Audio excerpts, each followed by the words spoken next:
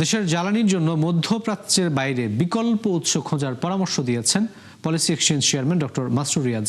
PRI আয়োজিত সেমিনারে মধ্যপ্রাচ্যের চলমান যুদ্ধাবস্থা দেশের অর্থনীতিকে নাজুক পরিস্থিতির দিকে ঠেলে দিচ্ছে বলে জানান বক্তারা। এ সময় যুক্তরাষ্ট্রের সাথে সম্পাদিত চুক্তিকে অবৈধ ও অনৈতিক আখ্যা দেন ব্যবসায়ীরা। বিস্তারিত প্রতিবেদনে। মধ্যপ্রাচ্যের চলমান যুদ্ধের সবচেয়ে বড় প্রভাব পড়েছে জ্বালানি খাতে।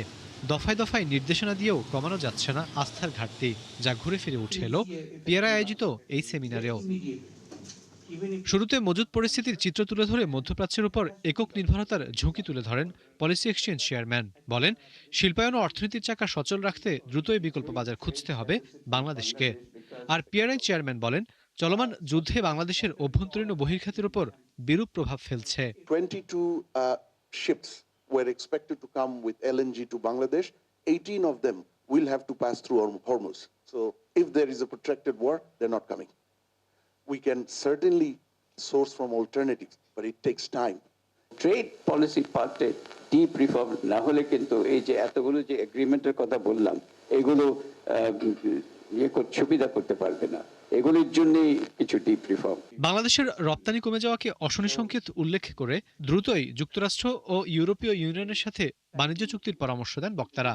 আর প্রধান অতিথির বক্তব্যে বিকিএমইএ সভাপতি বলেন, দেশের ৮০% পোশাক কারখানা লোকসানে আছে।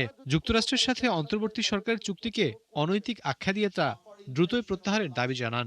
Outlook for exports is clouded by several uncertainties, including the recent decline of exports in European Union markets and the most recent external shock emerging from the Iran war, as it severely threatens the Bangladesh energy security. অসম চুক্তি এবং সাথে অনৈতিক চুক্তি। তো minimum 80% garments factory গত কয়েক বছর যাবত লসে রান করতেছে এবং আমরা বেশ কিছুদিন যাবত আমাদের ইন্ডাস্ট্রি আমাদের লেস ক্যাপাসিটিতে অ্যাটলিস্ট 50 to 60% ক্যাপাসিটিতে আমরা রান করতেছি। এই সময় এনবিআর এর কর্মকাণ্ডের সমালোচনা করেন বিকিএমইএ সভাপতি। বছর শেষে আমাদের যে ব্যালেন্স শিটটা তৈরি করি, রিটার্ন এনবিআর ট্যাক্স রিটার্নে দাখিল করি, সেটাও আমাদেরকে ফেক এবং ফলস বানাইতে হয়। রাকিব আল জাবেদ, ৭১, ঢাকা।